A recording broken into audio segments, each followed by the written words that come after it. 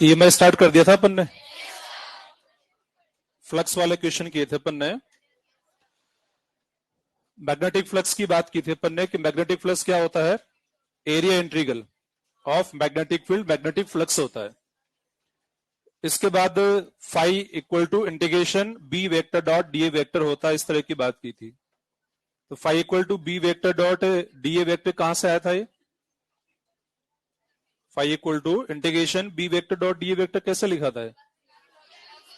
Flux की definition से लिखा गया था। तो इससे पता लगा था कि एरिया इंटीग्रल जो होता है मैग्नेटिक फील्ड का वो मैग्नेटिक फ्लक्स के इक्वल होता है।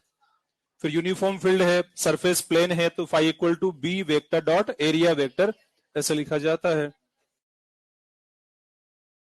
सरफेस के परपेंडिकुलर अगर फील्ड होता है तो थीटा 0 डिग्री कंसिडर करना होता है कि 180 कंसिडर करना होता है, 0 डिग्री कंसिडर करना होता है। और इसके बाद नेक्स्ट है, इसमें फेराडे के एक्सपेरिमेंट की बात करते हैं अपन।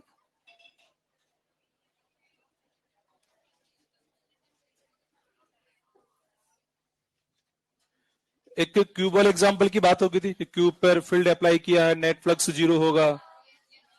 अरे होगी थी की बात। और इसके अलावा कि कोई एरिया हमें दिया हुआ है, तो जितना एरिया पर मैग्नेटिक फील्ड अप्लाई किया गया वही एरिया काम में लेना होता है। बोलो। तो उसके लिए शायद मैंने एग्जांपल लिया कि क्वेश्चन दिया हुआ है मॉड्यूल के अंदर, एक बिगनर बॉक्स 1 में क्वेश्चन नंबर 5 या 6 लास्ट क्वेश्चन दिया हुआ है, याद आ गया? तो जो डिस्क से पासिंग फ्लक्स पूछा गया तो हमें डिस्क से पासिंग फ्लक्स फाइंड नहीं करना है, मतलब एरिया उसका काम में नहीं लेना। एरिया कौन सा लेंगे? जहां से मैग्नेटिक फील्ड लाइंस पास हो रही वही एरिया काम में लेना है। तो सोलोनॉइड का जो एरिया है उससे ही मैग्नेटिक फील्ड लाइंस पास हो रही है, वही एरिया काम में लेना है। फाई इक्वल टू बी जब लिखा जाएगा तब, यानी कि अननेसेसरी खाली एरिया काम में नहीं लेना होता है, जिससे फील्ड लाइंस पास हो रही वही एरिया हमें कंसिडर करना होता है। एक सिचुएशन आपको बताई जा रही है यहाँ पर। एक कॉइल है, गैल्वेनोमीटर यहाँ कनेक्ट किया हुआ है। इसमें डिफ्लेक्शन तब आएगा जब करंट इसमें प्रेजेंट होगी। इस मैग्नेट को पास ला रहे हैं, बताइए डिफ्लेक्शन आएगा नहीं आएगा? आएगा। दूर ले जाएंगे तो भी। थोड़ा चेंज किया मैंने, यहां पर लगा दिया मैंने एक बल्ब। क्या लगा दिया? बल्ब। बल्ब चमकेगा? कब चमकेगा? जब करंट फ्लो होगी सर्किट के अंदर, करंट से ही तो बल्ब ग्लो करेगा या चमकेगा, ऐसे हम कह सकते हैं। तो आपको बताना है कि बल्ब चमकेगा या नहीं चमकेगा। अलग अलग सिचुएशन बताई जा रही है कि जैसे ये कॉइल है रेस्ट में, मैग्नेट को पास ला रहे हैं, बल्ब, आवाज नहीं आई, दूर ले जा रहे हैं, बल्ब, रोक दिया है। अब हमने मैग्नेट को रेस्ट रखा, कॉइल को पास ला रहे, बल्ब दूर ले जाने पर, दोनों को एक दूसरे की ओर लाने पर, same direction same speed, confirm? एक दूसरे से दूर ले जाने पर, एक दूसरे दूर ले जा रहे सेम स्पीड से, सेम स्पीड, एक दूसरे से दूर ले जा रहे हैं, एक दूसरे से दूर ले जा रहे हैं। वास्तव में अब फाइनली एक बात कहें शॉर्ट में, हम यूं कह सकते हैं यहां पर कि जब जब भी रिलेटिव मोशन होगा, क्या होगा? Relative motion. कोई भी मूव करे, एक मूव करे या दोनों मूव करे, क्या होना चाहिए? रिलेटिव मोशन होना चाहिए। किस किस के बीच में? कॉइल एंड मैग्नेट के बीच में। तो जब जब भी कॉइल एंड मैग्नेट के बीच में रिलेटिव मोशन होता है तो ऑलवेज इस कॉइल में एक ईएमएफ डेवलप हो जाता है। और ईएमएफ डेवलप होने की वजह से कॉइल अगर कंडक्टिंग है, क्लोज सर्किट की फॉर्म में है, तो फिर करंट भी आ जाती है। और जैसे करंट आती है तो बल्ब चमक जाता है। चमक रहा है कुछ? तो बात कर रहे थे यहां पर कि मैग्नेट को पास लाने पर या इस कॉइल को पास लाएं, किसी को भी मूव कराएं, या तो एक दूसरे के पास आ रहे हैं या एक दूसरे से दूर जा रहे हैं, तभी जाके फ्लक्स में चेंज होगा, तभी रिलेटिव मोशन होगा, तभी ईएमएफ आता है, अदरवाइज नहीं आता है। भले ही दोनों मूव कर रहे हैं लेकिन सेम डायरेक्शन में सेम स्पीड से अगर मूव कर रहे हैं तो रिलेटिव मोशन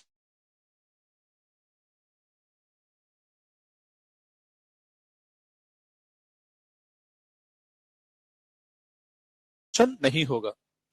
तो लिखिए यहां पर line, whenever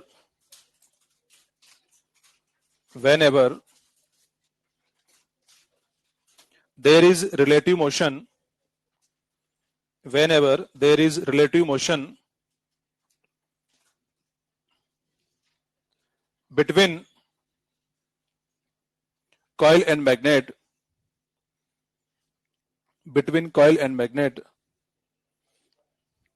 then always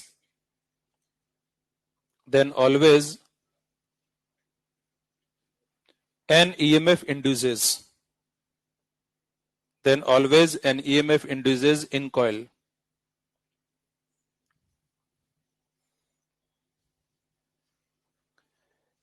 If coil is conducting and in form of closed circuit, then current also induces.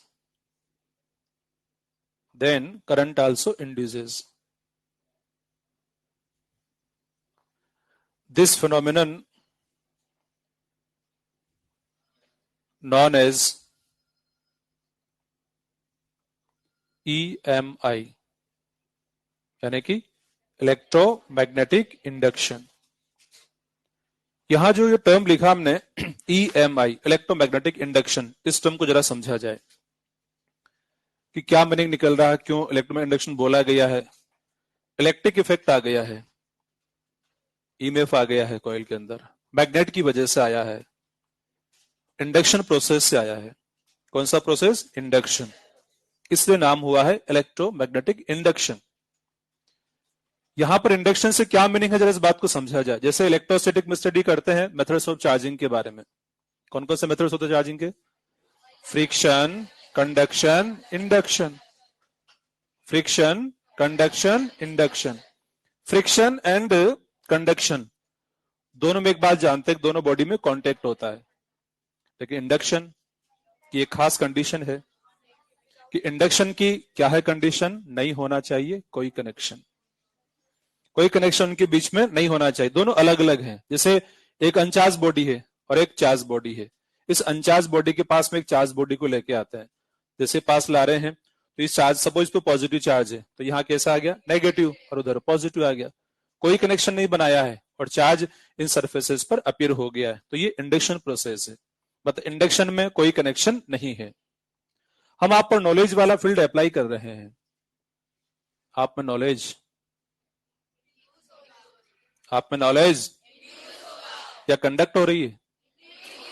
Conduct तब होती जब कनेक्शन यहां से सीधा जोड़ दिया जाता। ले लीजिए, अपना अपना कनेक्शन बना लीजिए और सीधा सीधा बस नॉलेज ले लीजिए और यहां से हम ऑन कर देंगे, आप नॉलेजाइज हो जाएंगे और चले जाएंगे। तो ये कौन सा प्रोसेस होता है? कंडक्शन। अभी कौन सा प्रोसेस चल रहा है? इंडक्शन। यानी कि फील्ड अप्लाई किया जा रहा है, उससे आप नॉलेज गेन कर रहे हैं। ये नॉलेजाइज यानी कि आप में नॉलेज इंड्यूस हो रही, इसलिए हम ये टर्म यूज कर रहे हैं। तो यहां पर इसमें EMF इंड्यूस हुआ है इस कॉइल के अंदर। क्या हुआ? EMF induce.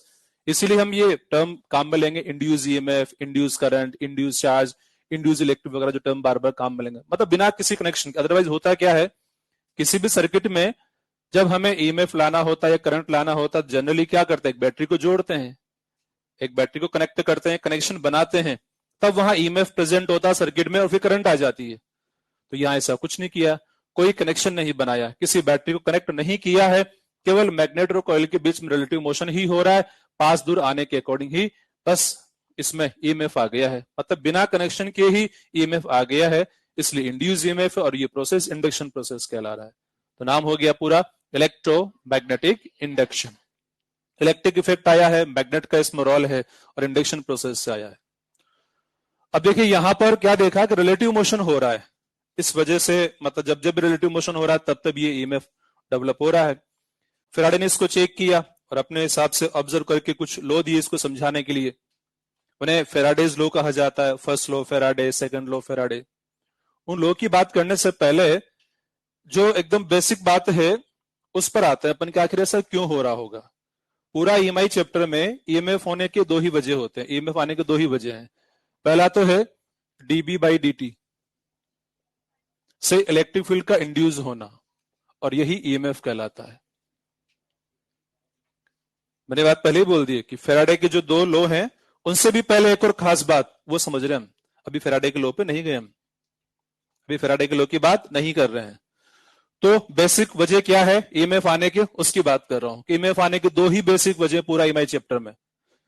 पहला है टाइम के साथ जब जब भी बी चेंज किया जाएगा तो नेचुरली एक इलेक्ट्रिक फील्ड इंड्यूस हो जाता है। ऐसा हमेशा ही होता है, भले लूप या कॉइल कंडक्टिंग हो या ना हो। कोई लूप या कॉइल हो या ना हो, वो हो भी नहीं भले।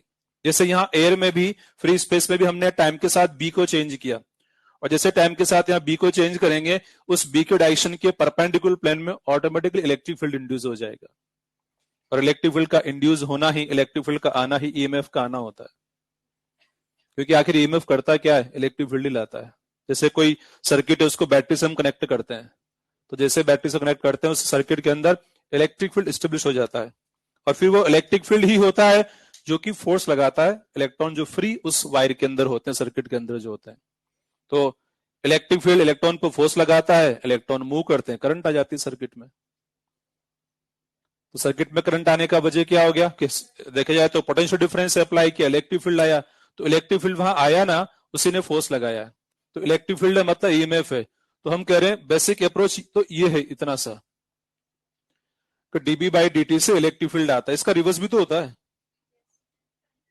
रिवर्स क्या, टाइम वेरिंग इलेक्ट्रिक फील्ड से मैग्नेटिक फील्ड आता है। दोनों एक दूसरे में चेंज होते रहते हैं हमेशा। जब जब बी चेंज होगा तो ई आएगा, ई चेंज होगा तो बी आएगा, दोनों एक दूसरे में चेंज होते रहते हैं। और इससे जो चेंज होते हैं ना, एक दूसरे के परपेंडिकुलर प्लेन में आते हैं ये। जैसे बी का डायरेक्शन ये है और इसको हम चेंज कर रहे हैं, तो हॉरिजॉन्टल प्लेन में इलेक्ट्रिक फील्ड आएगा, उसकी फील्ड लाइंस हमेशा क्लोज लूप की फॉर्म में होगी। इसको पूरा लिख करके भी समझाएंगे हम, 2-3 लेक्चर के बाद में पूरा एक्सप्लेन करेंगे। फिलहाल थोड़ी सी बात कर रहे हैं बस इस कंसेप्ट के बारे में कि अगर बी का डायरेक्शन ये है तो बी के डायरेक्शन के परपेंडिकुलर प्लेन में इलेक्ट्रिक फील्ड आता है, वो क्लोज लूप की फॉर्म में उसकी फील्ड लाइंस होती है। इलेक्ट्रोस्टैटिक वाला अलग होता है, वो इलेक्ट्रोस्टैटिक फील्ड कहलाता है, उसकी फील्ड लाइंस क्लोज लूप में नहीं होती है, वो ओपन कर्व की फॉर्म में होती है। वो कंजर्वेटिव होता है, नॉन कंजर्वेटिव होता है, जिसकी आज हम बात कर रहे हैं। तो खैर वापस बात करें कि जब जब भी टाइम के साथ में बी चेंज होता है, ओनली बी की बात हो रही है यहाँ पर, कि जब जब भी टाइम के साथ में बी चेंज होता है तो बी चेंज होने से ई बनता, ई बनेगा मतलब इलेक्ट्रिक फील्ड आ गया। इलेक्ट्रिक फील्ड आना ही को ही हम ईएमएफ होना कहते हैं। और यही इलेक्ट्रिक फील्ड तो जहां भी सपोज यहाँ पहले कुछ भी नहीं है, कोई लूप वगैरह यहाँ नहीं रखा गया है, ठीक है, मैग्नेटिक फील्ड चेंज किया गया, बी का डायरेक्शन ये है तो हॉरिजॉन्टल प्लेन में इलेक्ट्रिक फील्ड आ गया क्लोज लूप की फॉर्म में। वहीं पर हमने एक लूप रख दिया जो कंडक्टिंग है, क्या रखा, कंडक्टिंग लूप। तो कंडक्टिंग लूप अगर हमने रख दिया है तो कंडक्टिंग लूप रखते ही क्या होगा, उसमें जो इलेक्ट्रॉन फ्री हैं उन पर इलेक्ट्रिक फोर्स लग जाएगा, फोर्स लगने से करंट आ जाएगी, तो करंट भी आ गई। इस लूप को हटा दिया हमने, यहां पर रख दिया नॉन कंडक्टिंग लूप। कैसा, नॉन कंडक्ट। और बी को टाइम के रेस्पेक्ट में चेंज कर रहे हैं तो इलेक्ट्रिक फील्ड आएगा नहीं आएगा, इलेक्ट्रिक फील्ड तो है, क्योंकि कंसेप्ट तो चल ही रहा है, डीबी बाई dt तो है ही।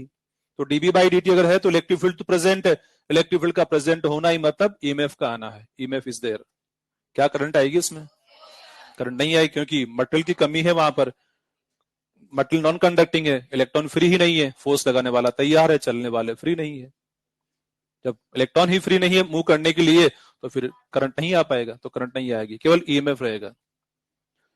तो इसीलिए जब जब भी इस तरह से टाइम के साथ बी वेरी होने की वजह से जब वो ईएमएफ आएगा ना, वो नेचर ऑफ मटेरियल पे भी डिपेंड नहीं करेगा। बात कर ही रहे अभी, कंडक्टिंग हो जाए ना, ईएमएफ तो आएगा, हाँ करंट डिपेंड करेगा ही। तो एक तो वजह ये होता है डीबी बाई dt। तो टाइम वेरिंग मैग्नेटिक फील्ड से चेंज होने से हमेशा एक इलेक्ट्रिक फील्ड डेवलप होता है। फेराडे ने इसी को तो देखा यहाँ पर। फेराडे ने क्या देखा कि मैग्नेट को पास ला, मतलब इसमें क्या हुआ था, यही हो रहा था कि मैग्नेट को पास ला रहे तो यहाँ बी बढ़ रहा है, दूर ले जा रहे तो बी घट रहा है। कॉइल को पास लाए तो यहाँ बी बढ़ रहा है, दूर ले जाए तो बी घट, मतलब जब ये पास आ रहे हैं तो बी बढ़ रहा है इस कॉइल से पासिंग, और दूर जाए तो बी घट रहा है इस कॉइल से पासिंग। तो बी के चेंज होने की वजह से इस कॉइल में एक इलेक्ट्रिक फील्ड डेवलप हो गया है। बी का डायरेक्शन अगर ये है तो इलेक्ट्रिक फील्ड इस प्लेन में आया है, जो उन टर्न के साथ साथ इलेक्ट्रिक फील्ड डेवलप हुआ, इलेक्ट्रॉन जो इससे कॉइल में होंगे उन पे फोर्स लगाया, करंट आ गई। इस तरह से करंट इसमें डेवलप हो जाती है। दूसरा लॉजिक एक और होता है ईएमएफ आने का, वो लॉजिक होता है एक कंडक्टिंग बॉडी को मूव किया जाए, एक कंडक्टिंग रोड को मूव किया जाए, मैग्नेटिक फील्ड के अंदर। सपोज ये बी है, बॉडी कैसा है, कंडक्टिंग। तो कंडक्टिंग रोड को जब मूव किया जाएगा मैग्नेटिक फील्ड के अंदर, तो मूव करने पर इसमें इलेक्ट्रॉन हो तो इन पर मैग्नेटिक फोर्स लग जाता है। मैग्नेटिक फोर्स इनका शिफ्टिंग होता है, शिफ्टिंग होने से पोटेंशियल डिफरेंस डेवलप होता है, यानी कि एक ईएमएफ आ जाता है रोड के क्रॉस, पोटेंशियल डिफरेंस डेवलप हो जाता है रोड के क्रॉस। तो इससे भी ईएमएफ डेवलप होता है। ये पूरा ही डिस्कशन इसका डायनेमिक ईएमआई के अंदर किया जाएगा, इसके बारे में अभी हम बात करने वाले नहीं है। और ये तो बात पूरा इसको समझाएंगे, एक दो लेक्चर के बाद पूरा एक्सप्लेनेशन देंगे। लेकिन फिलहाल अब फेराडे ने क्या कहा उस पर आ जाते हैं। ये बात हमें पता होनी चाहिए। बेसिक अप्रोच ये है। फेराडे ने इन पे ज्यादा ध्यान नहीं दिया, कहा टाइम के साथ बी वगैरह क्या, उसने तो एक सिंपल वे में बात कही, काफी सिंप्लीफाई फॉर्म में उसने बता दिया कि देखो यहाँ क्या हो रहा है कि इस मैग्नेट को पास ला रहे ना, तो इस कॉइल से पासिंग जो फ्लक्स उसमें चेंज हो रहा है, और दूर ले जाने पर भी फ्लक्स में चेंज हो रहा है। एक बार फ्लक्स इंक्रीज हो रहा है, दूसरी बार फ्लक्स डिक्रीज हो रहा है। तो उसने देखा कि जब जब भी फ्लक्स में चेंज हो रहा है, तो फ्लक्स में चेंज होने से एक ईएमएफ डेवलप हो रहा है। फिर एक और लो दिया कि जो ईएमएफ डेवलप होता है उसका वैल्यू कितना होता है, तो चेक करके देखा कि वो d∅/dt के इक्वल होता है। तो लिखिए first law Faraday, first law Faraday.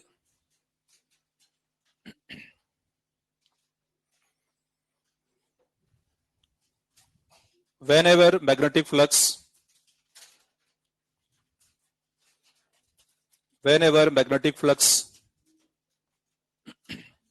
passing through coil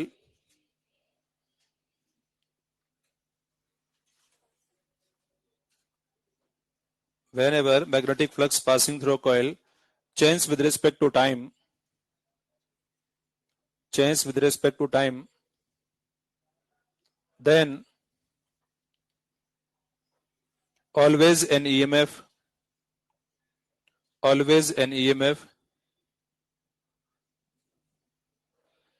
induces in coil, always an EMF induces in coil।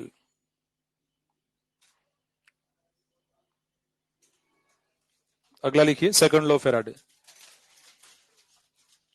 Second law Faraday.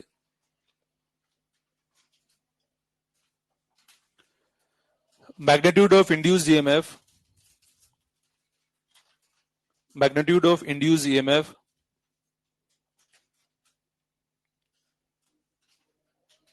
in coil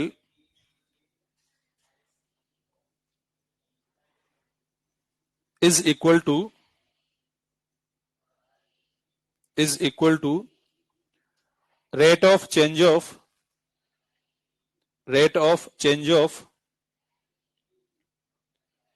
magnetic flux, rate of change of magnetic flux passing through coil, यानी कि E is equal to d∅/dt। ये E यहां पर EMF का magnitude की बात कर रहे हैं कि जो मैग्नीट्यूड होता है वो d∅/dt के इक्वल होता है। तो d∅/dt के इक्वल EMF का मैग्नीट्यूड है। इसको सिंपलीफाई फॉर्म में लिखते हैं, और ये तो खैर रिलेशन आ ही गया है, खास रिलेशन सेकंड लॉ के according. E is equal to d∅/dt dx/dx। dx/dt क्या बन गया, ये क्या बन गया, v is equal to v d∅/dx।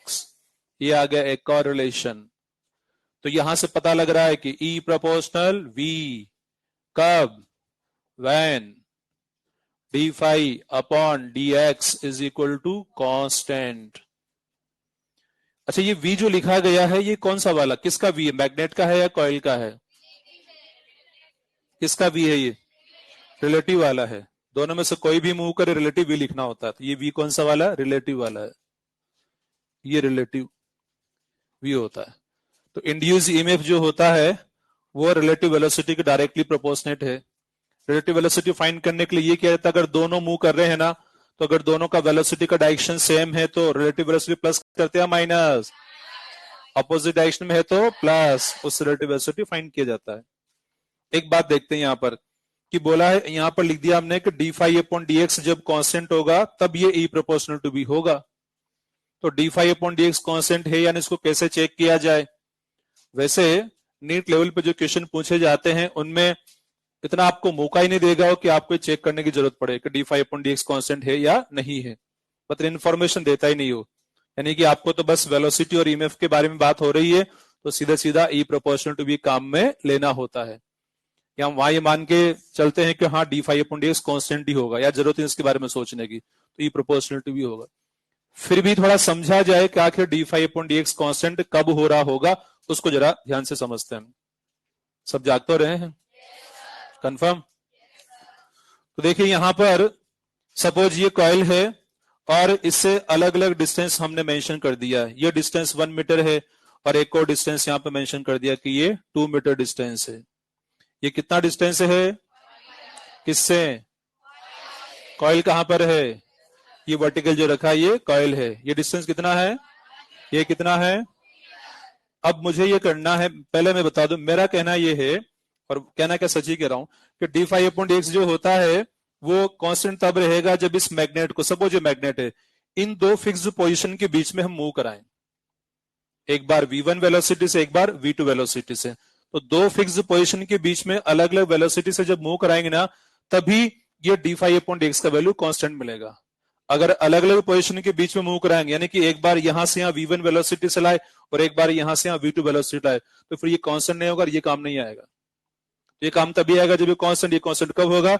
जब दो फिक्स्ड पोजीशन के बीच में उस कॉइल की और मैग्नेट को हम ले जाएंगे, एक बार v1 वेलोसिटी और एक बार v2 वेलोसिटी, अलग अलग वेलोसिटी से। तो जरा समझे ये किस बेसिस पे हम कह रहे हैं।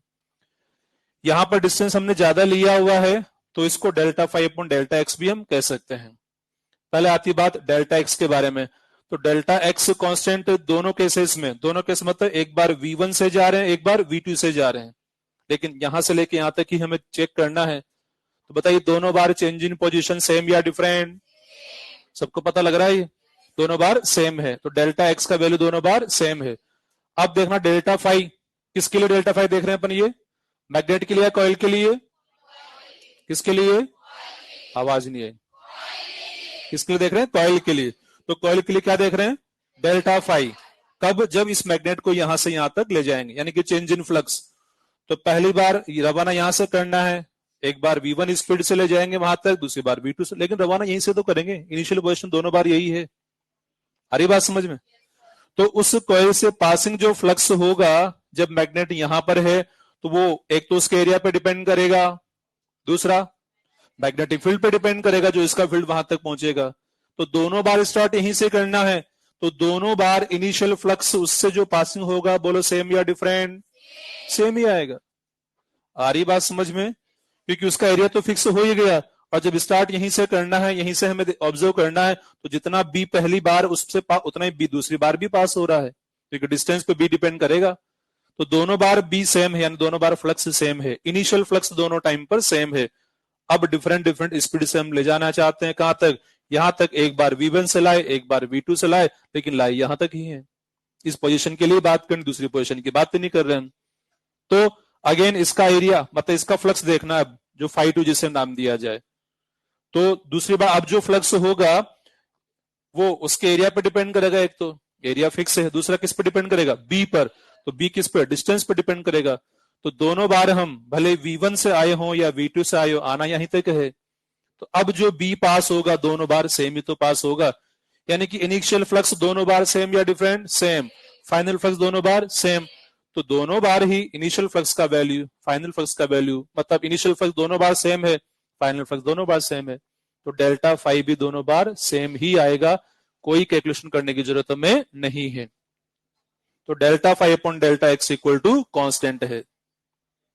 कब? जब दो फिक्स पोजीशन के बीच में हम कॉइल की और मैग्नेट को ले जा रहे हैं, यानी कॉइल मैग्नेट के बीच में जो मोशन है दो फिक्स पोजीशन के बीच में अगर हो रहा है तो ऐसा हो जाएगा।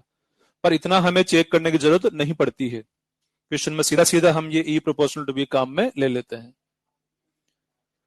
अगर दो अलग अलग पोजीशन के बीच में ले जाते तो उसके लिए ई प्रोपोर्शनल टू बी काम में नहीं आता। कैसे सोल्व किया था? क्वेश्चन कभी नहीं पूछा जाएगा, आज दिन तक नीट वगैरह में कभी नहीं पूछा गया, नहीं किसी बुक वगैरह में देखने को मिलता है ये वाला कि अलग अलग पोजीशन के बीच में मूव कराएं। तो लेकिन बेसिक लॉजिक यही है कि डेल्टा φ/Δt से जो भी कंडीशन हमें दे दी जाए उसमें पुट करो, सोल्व करो, और हमें इतना करना पड़ेगा केवल। तो क्वेश्चन पर आते हैं, चलो। क्वेश्चन लिखिए।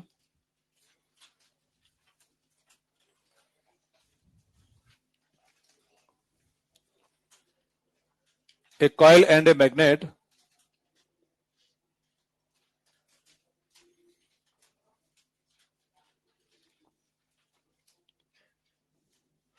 moving in same direction. A coil and a magnet moving in same direction with speeds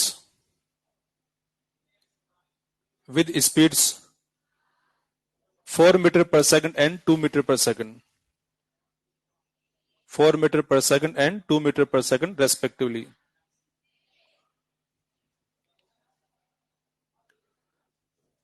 Then induced EMF in coil is 5 millivolt. 5 millivolt. If same coil and magnet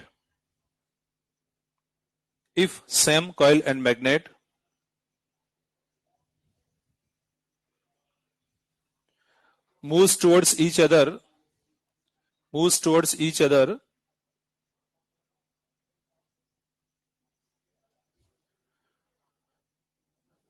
with previous speeds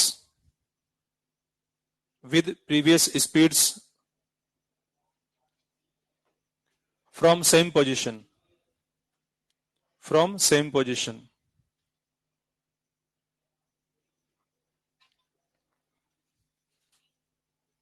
then what is induced EMF in coil? कितना आएगा? 15.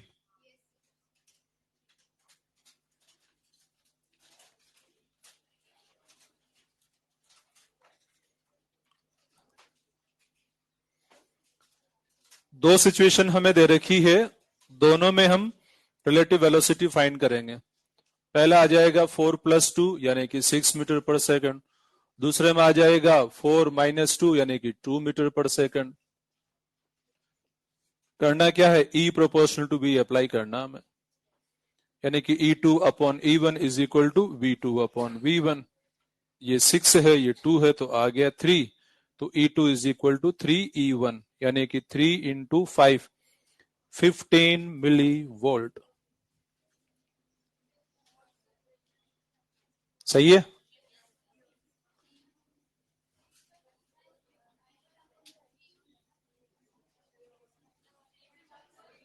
कुछ उल्टा लिख दिया?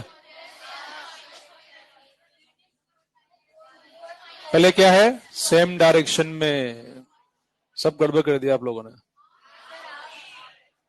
क्या हो गया? ये माइनस से कितना आएगा? 2 आएगा, और ये क्या हो गया? +6। तो यहां सही लिखा क्या मैंने?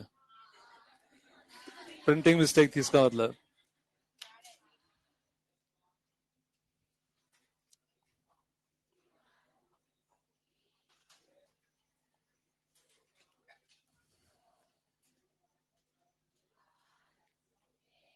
E प्रोपोर्शनल टू V हमने काम में ले लिया। यहां पर इस क्वेश्चन में हमने इंफॉर्मेशन दिया है ताकि इस बात को समझ पाए कि E प्रोपोर्शनल टू V काम में क्यों लिया। जरा देखते हैं। अच्छा बताओ, यहां ऐसा क्या दिया गया है जिससे ये चेक कर पा रहे हैं? सेम पोजीशन बोल दिया ना। जैसे पहले ये कॉइल है, और ये मैग्नेट है, दोनों इस तरह से। इनिशियली एज्यूम किया गया कि इनके बीच का डिस्टेंस 100 सेंटीमीटर है। अब दोनों मूव कर रहे हैं, तो ये मूव करने से इनके बीच का सेपरेशन कम हो रहा है, ज्यादा हो रहा है? कम क्यों होगा? क्योंकि इसकी स्पीड ज्यादा है। अरे देखो ना, यहाँ पे लिख भी दिया मैंने, इसकी स्पीड ज्यादा है, इसकी स्पीड कम है। फिर देखिए, ये कॉइल है और ये मैग्नेट है, दोनों मूव कर रहे हैं, एक 2 मीटर पर सेकंड, एक 4 मीटर पर सेकंड, तो सेपरेशन क्या हो रहा है? कमी तो होगा। मतलब उनकी जो रिलेटिव पोजीशन रही होगी, पहले अगर 100 है तो 90 में रही, फिर 80 होगी, फिर 70, 60, 50 ऐसे लगातार डिक्रीज होती गई। दूसरी बार क्या बोला गया कि इनिशियल पोजीशन वही है, कितना गैप इनके में? 100 सेंटीमीटर, तो अब भी 100 ही है। अब टूवर्ड्स ईच अदर मूव कर रहे हैं, दोनों दूसरे की ओर आएंगे, तेजी से आएंगे, तो इनके बीच अब जो पोजीशन रही होगी, पहले 100 था तो फिर 90 भी आया, 80 भी आया, मतलब जो पोजीशंस पहले आई थी वही पोजीशन अब दोबारा से आती जा रही है। तो इस तरह से ई प्रोपोर्शनल वी वाला कंसेप्ट आराम से लगा सकते हैं, और इतना न भी दिया होता ना तब भी हमें लगाना ही होता है। और क्वेश्चन नहीं बोलता इतना, बस सिंपल बोलता है कि हाँ पहले इतना सेम डायरेक्शन में जा रहे हैं, फिर टूवर्ड्स ईच अदर आ रहे हैं, बताओ ईएमएफ क्या हो गया, तो रिलेटिव वेलोसिटी 3 टाइम हो गया, 3 टाइम होने से ईएमएफ भी 3 टाइम हो गया, ऐसा कह सकते हैं। अगला question,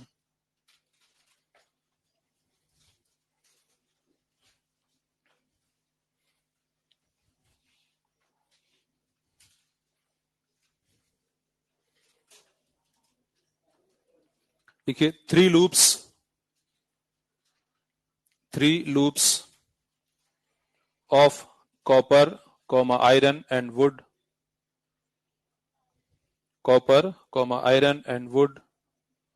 of same area,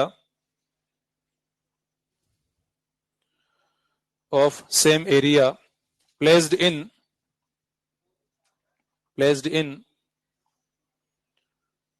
same uniform transverse magnetic field,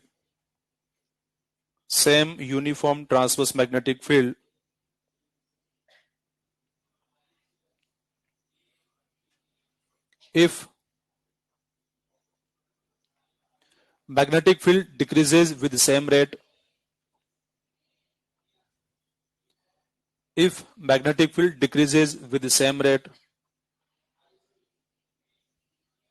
then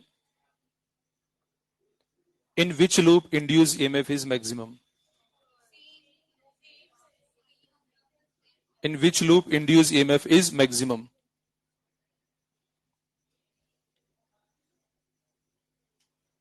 किसमें मैक्सिमम रहेगा? तीनों में सेम है, कंफर्म? इधर आप बताएं, इधर से, हाँ आप बताइए, हाँ किसमें सबसे ज्यादा रहेगा? आप बताइए नेक्स्ट। नहीं बताएंगे? क्या क्वेश्चन पूछा मैंने, ये बताना आपको बस, और इतना बताना कि मैंने क्वेश्चन क्या पूछा,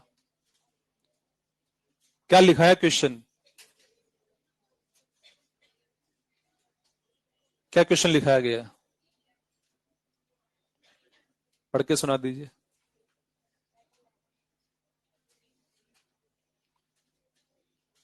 क्या क्वेश्चन क्या है आपके आगे, क्या पूछा गया? हाँ, किसमें मैक्सिमम होगा? तीनों में सेम होगा क्या? बेटी, क्या वजह है सेम होने का?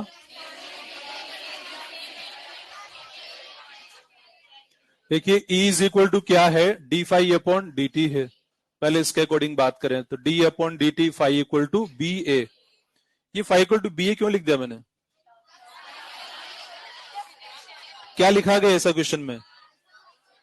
फ्लक्स, अरे ट्रांसवर्स बोला गया है, ट्रांसवर्स बोलने पर थीटा 0 डिग्री लेंगे, फाई इक्वल टू बी ए होगा, तो फाई इक्वल टू बी ए लिख दिया गया है क्योंकि थीटा 0 लेना है ट्रांसवर्स में। अब यहां पर एरिया सबका सेम है और डीबी अपॉन डीटी भी सेम हमें गिवन है डायरेक्टली, तो ये जब सेम ही है तीनों के लिए और एरिया तीनों के लिए सेम ही है, तो हम कह सकते हैं कि ईएमएफ का वैल्यू भी सेम ही आएगा।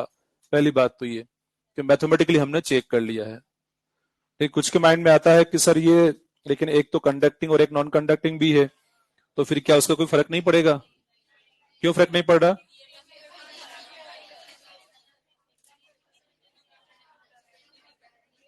क्यों फर्क नहीं पड़ेगा?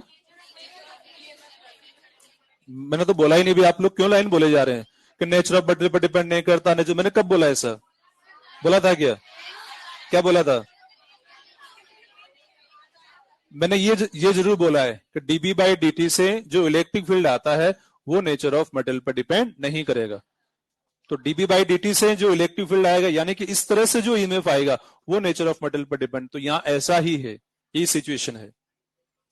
हमेशा ईएमएफ की बात नहीं होगी, हमेशा तो अलग अलग टाइप का भी ईएमएफ आता है, कभी कैसा कभी कैसा, लेकिन यहां जो स्टडी कर रहे हैं डेफिनेटली ये डीबी अपॉन डी वाला ही है। ये तो बोला क्वेश्चन में कि टाइम के साथ बी चेंज हो रहा है, अरे बोला है नहीं बोला क्वेश्चन में?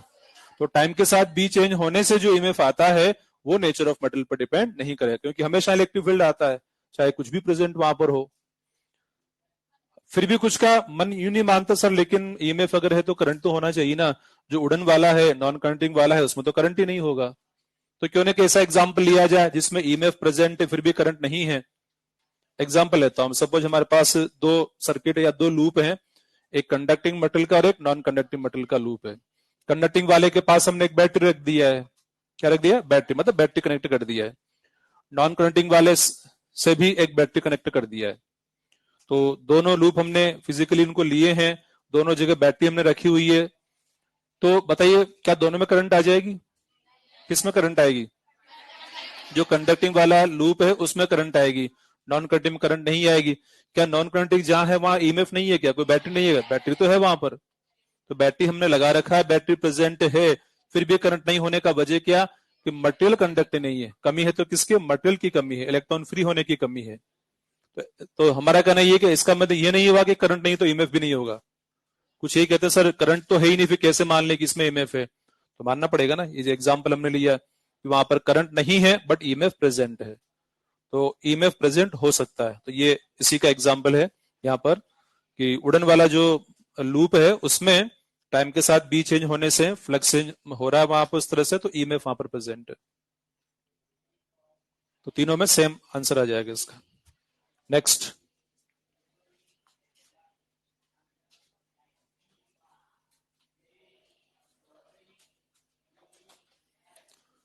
लेंस लो। लेंज लो की बात हम करने वाले हैं। क्या होता है लेंज लो, बताइए जरा। लेंज लो बताना है? आप बताइए लेंज लो क्या होता है? ईएमएफ का डायरेक्शन बताता है। आप बताएंगे? नहीं बताएंगे? आप बताइए लेंज लो। लेंज लो बताइए, आप बता दीजिए। कॉस को अपोज करता है। बोलो बोलो।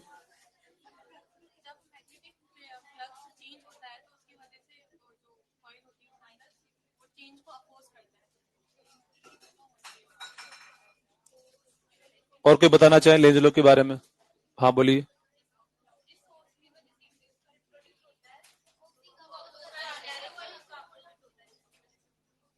इधर से कोई बताना चाहेंगे लेंज लो के बारे में? दो शब्द बोलना चाहेंगे इधर से? लिखिए चलो। Direction of induce current, Lenz law में लिखिए line, direction of induce current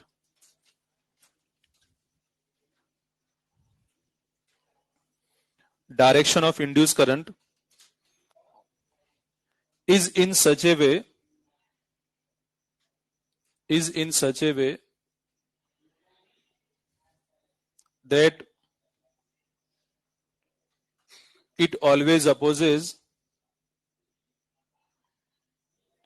that it always opposes the cause by which it has produced.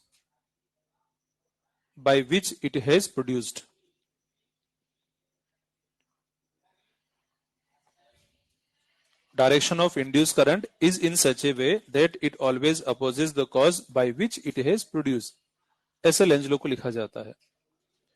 यहां पर जो हमने ईएमएफ के बारे में नहीं लिखा है इसमें, ये नहीं कहा कि ईएमएफ अपोज करता है, क्योंकि ओनली ईएमएफ अगर है तो अपोज नहीं होगा।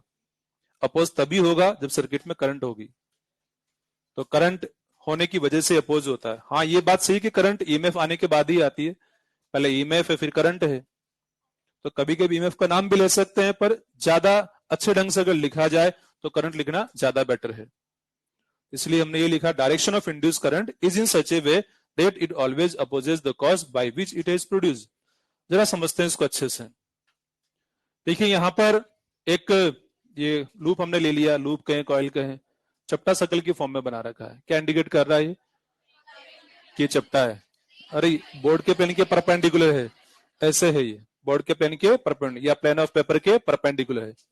ये मैग्नेट है, दोनों का अरेंजमेंट कैसा है? कोएक्सियल है, यानी कि दोनों का एक्सिस सेम। ये अगर कॉइल है ये मैग्नेट है तो दोनों का एक्सिस सेम ही है।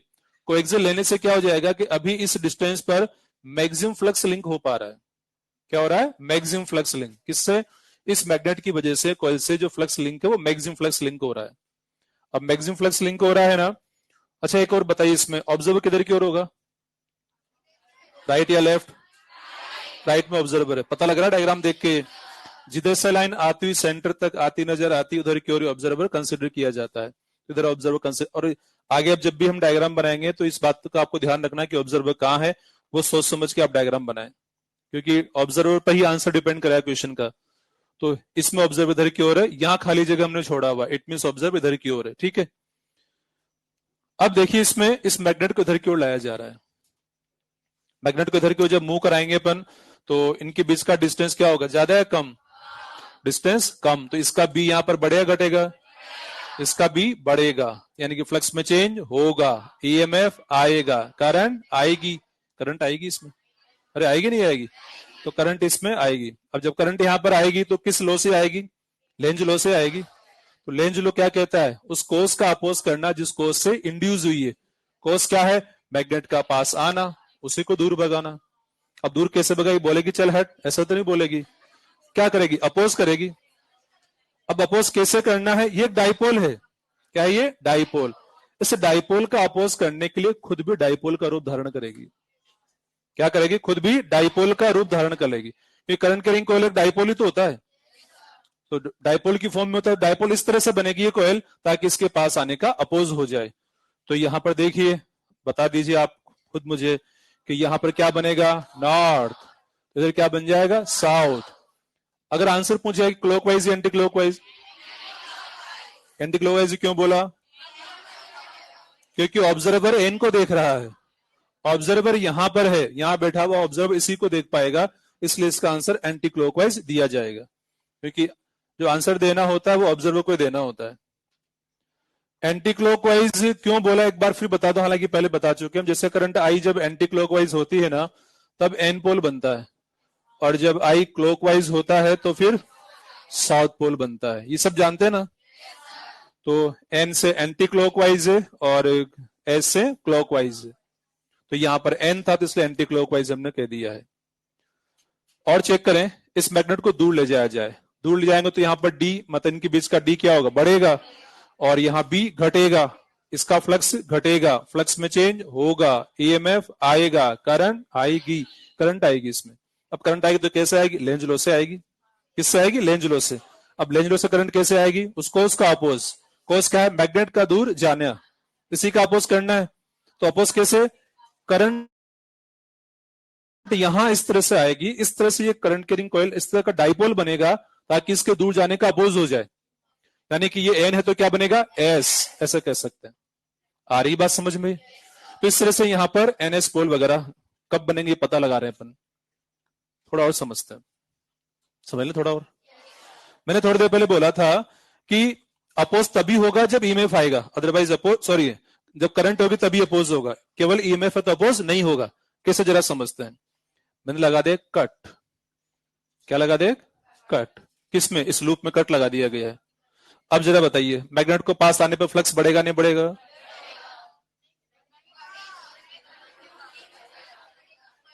इस लूप के लिए फ्लक्स होगा नहीं होगा, मैग्नेट को पास आने फ्लक्स होगा क्या, फ्लक्स होगा क्या नहीं होगा।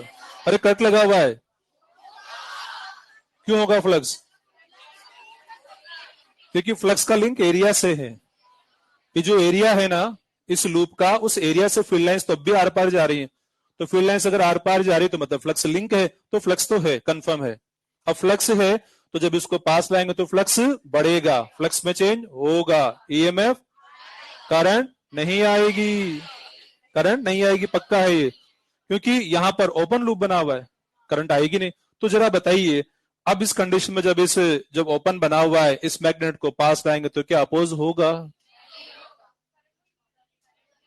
अरे ईएमएफ आ गया ना, ईएमएफ आ गया तो क्या अपोज होगा नहीं होगा, कंफर्म। मतलब करंट नहीं आने से अपोज क्यों नहीं हो रहा, मतलब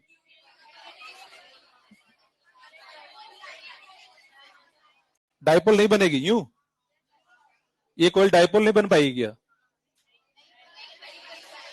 डाइपोल कब बनता है, जब मैग्नेटिक फील्ड प्रोड्यूस होता है, एन पोल एस पोल, जहां से फील्ड लाइंस बाहर निकलती है वो एन पोल बनता है। और ये फील्ड लाइंस वगैरह ये सब कब है, जब करंट है। करंट से तो मैग्नेटिक फील्ड होगा। कुछ को लगता है सर ऐसा कैसे हो रहा है, जब कट है और ये मैग्नेट पास आ रहा है, फ्लक्स में चेंज हो ही रहा है, ईएमएफ आ ही गया, तो करंट भी आ जाना चाहिए, पोल भी बन जाना चाहिए। चलो मतलब करंट नहीं आ रहा, पोल का उनको लगता है सर पोल तो बन जाना चाहिए, करंट नहीं तो कोई बात नहीं, करंट तो पता है कि ओपन सर्किट करंट नहीं आ, लेकिन एन पोल तो बन जाना चाहिए। सर लूप कटा हुआ है तो कटा कटा सा एन, फटा फटा सा एस बन जाए, कुछ ऐसा हो जाए। ऐसा नहीं हो सकता क्या एन बन जाए, कटा कटा सा एन बन जाए? कुछ ऐसा दिमाग लगाते रहते, क्या ऐसा पॉसिबल है? तो वही बात हम कर रहे हैं कि पूरा लूप होगा तभी मैग्नेटिक फील्ड प्रोड्यूस होगा और तभी जाकर के एन पोल या एस पोल बनेगा। तो ऐसा कुछ नहीं यहां पर होने वाला है कि कोई कटा सा एन बन जाए या कटा सा एस बन जाए, कुछ नहीं होने वाला। करंट नहीं आएगी, अपोज नहीं होगा। इसलिए हम ये कहते हैं कि direction of induce current is in such a way that it always opposes the cause by which it has produced. अब एक बात और देखते हैं। सपोज लूप कंप्लीट है लेकिन नॉन कंडक्टिंग है, पास ला रहे हैं, फ्लक्स में चेंज होगा, ईएमएफ करंट नहीं आएगी, करंट नहीं आएगी क्योंकि नॉन कंडक्टिंग लूप है। तो क्या अपोज होगा, नहीं होगा? कंफर्म कि कोई एन पोल या कोई एस पोल नहीं बनेगा। एक बात और देखते हैं, थोड़ा और समझ लेते हैं। मैग्नेट को पास लाने की बात की जा रही है, जैसे पास लाएंगे यहां करंट इंड्यूस होगी, पास लाएंगे मतलब ये वापस कंडक्टिव मान के चल रहे अपन, तो करंट इंड्यूस होगी पास लाने पर। करंट इंड्यूस होगी तो क्या करेगी, इसको रिपेल करेगी, रिपल्शन वाला एक मैग्नेटिक फोर्स इस पर धर की ओर लगेगा। तो अगर हमें इस मैग्नेट को आगे शिफ्ट करना है तो इस रिपल्शन मैग्नेटिक फोर्स के अगेंस्ट तो जाना पड़ेगा हमें। अच्छा कुछ ये तो नहीं सोचते सर ये रिपल्शन लगा रहा तो मैग्नेट दूर जाता जाएगा, ऐसा सोच रहे हैं क्या? क्योंकि ये तभी रिपल्शन लगेगा जब करंट रहेगी, और करंट तभी आएगी जब इसको इधर पास ले जाएंगे, जब मूव कराएंगे, जब फ्लक्स में चेंज होगा। तो जब इसको मूव करा रहे हैं हम, पास ला रहे हैं, तभी करंट है, तभी ये रिपल्शन है। तो अच्छा अब आगे बढ़ाना है तो ये रिपल्शन तो रहेगा ही रहेगा, इस रिपल्शन के अगेंस्ट ही आगे बढ़ाना पड़ता है हमें, यानी एक एक्सटर्नल एजेंट को एक फोर्स लगाना होगा, इसे हम कहेंगे एफ एक्सटर्नल। हमने किसी से कहा जाइए मैग्नेट को चलाइए और ईएमएफ को लाइए, क्या कहा हमने? जाइए मैग्नेट को चलाइए और ईएमएफ को लाइए। स्टूडेंट ने जाने के लिए ट्राई किया उसको मूव करने के लिए, और जैसे ही मूव कराता है रिपल्शन फोर्स लग जाता है, और कहा सर इसमें तो रिपल्शन थोड़ी रुक जाए क्या? हमने कहा ठीक है, रुकने से अगर रिपल्शन ना लगे तो रुक जाओ, क्या दिक्कत है हमें। थोड़ी देर हो गया, फिर हमने कहा जाइए मैग्नेट को चलाइए और ईएमएफ को लाइए। स्टूडेंट फिर जाते हैं और मूव कराते हैं तो क्या होता है, फिर से रिपल्शन, फिर थोड़ी देर रुक जाते हैं। सर वेट कर लें थोड़ी देर हम, तो क्या होगा वेट करने से, कोई फर्क पड़ेगा क्या? कुछ नहीं होने वाला। अरे जाइए मैग्नेट को चलाइए और ईएमएफ को लाइए, तो जाना होगा और मैग्नेट को चलाना होगा, इस रिपल्शन के अगेंस्ट एक्सटर्नल एजेंट को फोर्स लगाना ही होगा, यानी कि रिपल्शन रहेगा रहेगा। इस रिपल्शन के अगेंस्ट फोर्स लगा करके ही इस मैग्नेट को शिफ्ट कर सकते हैं, मूव कर सकते हैं। तो एक्सटर्नल फोर्स है, देन डिस्प्लेसमेंट है, एक्सटर्नल फोर्स लगा करके डिस्प्लेसमेंट दिया जाएगा। समझ पा रहे हैं कुछ? Work done, work is done by external agent on this magnet. क्या बोलेंगे? ऑन दिस मैग्नेट, क्योंकि फोर्स इसी पे तो लगाया जा रहा है। किस पे लगा रहे हैं फोर्स? मैग्नेट पर। तो work done by external agent on magnet ऐसा भी कह सकते हैं, work done by external agent on this system ऐसा भी कह सकते हैं। सिस्टम में दोनों ही आएंगे, क्योंकि मैग्नेट अगर अकेला होता तब भी ये कहानी ना होती। कॉइल है, मैग्नेट है, तभी जाकर के ही तो वो रिपल्शन वाली बात यहां पर आ रही है। तो दोनों टर्म सही हैं। ये भी कहा जा सकता है, कोई लैंग्वेज अगर इस कहीं पर चेक करना पड़े, हमें सच्चाई जानना पड़े इस लैंग्वेज का, तो work is done by external agent on magnet भी करेक्ट है, and work done by external agent on this system, system coil magnet वाला, ये भी सही लैंग्वेज है। तो एक्सटर्नल एजेंट वर्क करेगा तो इसको आगे मूव करेगा, ये वर्क कहलाता है मैकेनिकल वर्क। कैसा वर्क? मैकेनिकल। कुछ लोग तो आंखें खोल के ध्यान सुन रहे हैं, कुछ लोग आंखें बंद होती जा रही है, सुन सुन के बस बहुत बहुत सुन लिया, लगातार सर 15 मिनट साफ सुनाए जा रहे हैं सर, कुछ लिखने का मौका भी दो सर।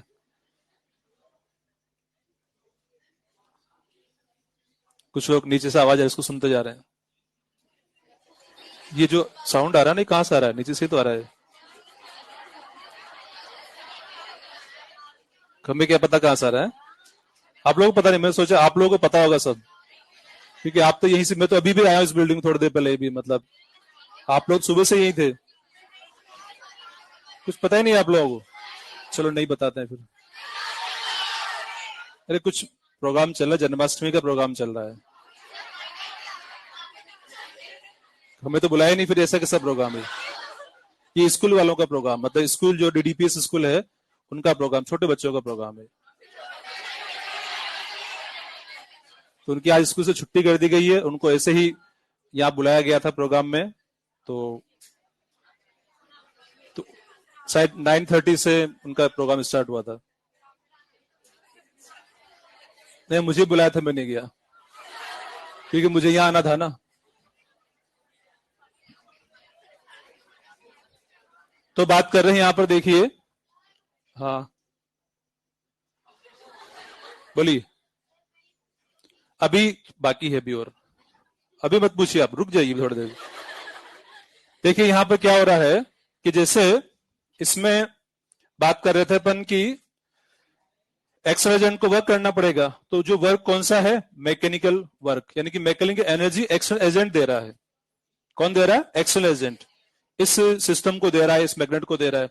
वो मैकेनिकल वर्क करेगा तभी तो इसमें करंट आएगी, और करंट मतलब इलेक्ट्रिक एनर्जी, तो इलेक्ट्रिक एनर्जी डेवलप हो गई है। ठीक है, अब इलेक्ट्रिक एनर्जी डेवलप हो गई है तो वो फिर हीट की फॉर्म में कन्वर्ट हो जाएगी। तो फाइनली इस तरह से ये पूरा प्रोसेस चल रहा है कि मैकेनिकल एनर्जी इलेक्ट्रिक एनर्जी में, इलेक्ट्रिक एनर्जी हीट एनर्जी में कन्वर्ट हो रही है, ऐसा देखने को मिल रहा है यहाँ पर। यानी कि energy one form to another form convert हो रही है। लेंज लो इसी बात को बताता है कि एनर्जी ये कन्वर्ट हो रही, अपने आप को इलेक्ट्रिक एनर्जी नहीं आ रही, एक्शन एजेंट वर्क कर रहा है, उससे ये मैकेनिकल एनर्जी इलेक्ट्रिक एनर्जी में कन्वर्ट हो रही है, फिर हीट एनर्जी डेवलप हो रही है। यानी कि एनर्जी कंजर्वेशन को रिप्रेजेंट करता है लेंज लो। कुछ के मन में एक बात यहाँ ये आती है, सर लेंज अपोज अपोज की बात कर रहा है, ये कोई नेगेटिव थिंकिंग वाला था क्या? मतलब अपोज अपोज, कोई सपोर्ट के दो वर्ड नहीं बोल सकता था ये? कैसा जरा सोचा जाए कि सपोज अगर सपोर्ट के बारे में बोलेगा तो लेंज लो क्या हो जाएगा फिर? लेंज लो ये हो जाएगा कि direction of induce current is in such A way that it always supports the cause by which it has produce, ऐसा हो जाएगा फिर तो। जरा देखें लेंज लो, एज्यूम क्या, थोड़ा देख ले, बदल गया लेंज लो। लेंज लो क्या हो गया? Direction of induce current is in such A way that it supports the cause by which it has produce. देखते हैं क्या हो जाएगा अगर ऐसा हो जाएगा तो। ये मैग्नेट को पास लाया जा रहा है, जैसे मैग्नेट को पास लाएंगे तो डिस्टेंस कम होगा, फ्लक्स बढ़ेगा, फ्लक्स बढ़ने से फ्लक्स में चेंज होगा, ईएमएफ एंड करंट आएगी। करंट कैसे आएगी? सपोर्ट करने वाली, यानी कि अट्रैक्शन फोर्स लगाने वाली करंट आएगी। और जब अट्रैक्शन फोर्स लगाएगी तो क्या ये फोर्स लगाना पड़ेगा? ये फोर्स लगाना नहीं पड़ेगा, वो अपने आप इसको अट्रैक्ट करेगी कॉइल, और अट्रैक्ट करेगी तो फिर एफर्ट नहीं लगाना पड़ रहा है, मैग्नेट मूव करता जाएगा, फ्लक्स में चेंज होता जाएगा, करंट इंड्यूस होती जाएगी। मतलब बिना एक्सटर्नल एजेंट के वर्क किए ही, बिना एफर्ट लगाए ही करंट डेवलप हो रही है।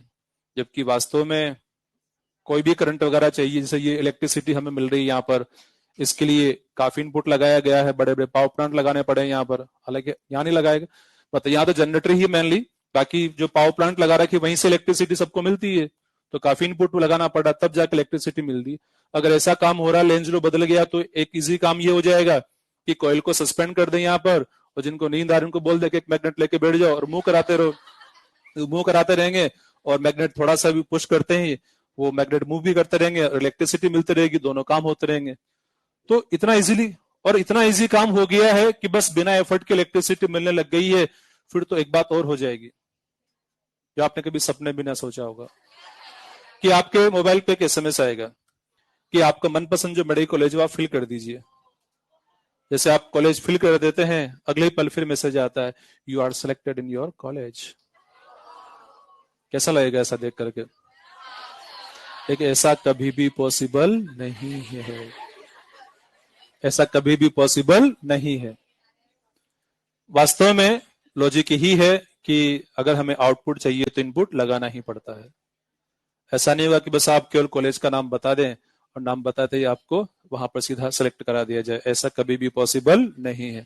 इनपुट लगाना ही पड़ता है, आउटपुट के लिए इनपुट हमें देना पड़ता है। लेंज ने क्या किया था, इसी बात को तो समझा था किस बात को? आउटपुट चाहिए तो इनपुट लगाना ही पड़ता है। लेंज ने इस बात को समझा और लोगों को समझाया, बताया क्या कि आउटपुट चाहिए तो इनपुट लगाना पड़ता है। इस बात को समझा, अच्छे से जाना, पहचाना, लोगों को बताया, इसीलिए आज तक लेंज को याद कर रहे हैं। अगर आज आप भी इस इंपॉर्टेंस को समझेंगे कि आउटपुट चाहिए तो इनपुट लगाना ही पड़ता है, तो आपको भी याद करेंगे कि हाँ आपने इतना एफर्ट लगाया है। सर कौन याद करेंगे? मैं तो कोई याद नहीं करना। अरे कम से कम आपके रिलेटिव तो ध्यान रखेंगे, जो आप पे हमेशा निगाह रखते कि पढ़ रहे नहीं पढ़ रहे, कितने मार्क्स आए नहीं आए, तो कम से कम वो तो याद रखेंगे आपको। तो डेफिनेटली, और एलएन सिस्टम तो याद रखेगा ही रखेगा। वहां तो एंट्री हो ही जाएगी आपकी, मेडिकल कॉलेजेस में आपकी एंट्री हो जाएगी। तो वास्तव में लेंज लो यही हमें बताता है कि आउटपुट चाहिए तो इनपुट लगाना ही पड़ेगा। तो आप भी अपना अपना आउटपुट जो आपने डिसाइड कर रखा है अपने आप को डॉक्टर की फॉर्म में कन्वर्ट करने का, और एक तरफ इनपुट देख लीजिए कि इनपुट क्या डॉक्टर के लायक है, किसके लायक है, उसको चेक कर लें एक बार। उसके बाद दूसरी तरफ डॉक्टर है, एक तरफ आपका इनपुट है। आप अपने आप को एकदम कन्वर्ट करना चाहते हैं। डॉक्टर को क्या बोलते हैं लोग? भगवान बोलते हैं एक तरह से। तो अपने आप को भगवान के जैसा बनाना चाहते हैं आप, और एक तरफ आपका एफर्ट देख लीजिए। लेंज ने बताया, मैं नहीं बता रहा, लेंज लो कह रहा है इस बात को कि आउटपुट चाहिए तो इनपुट लगाना ही पड़ेगा। इस लेंज लो से हमें यही सीखने को मिलता है। हाँ बताइए, क्या डाउट था आपका? भूलिए, हाँ बोलो।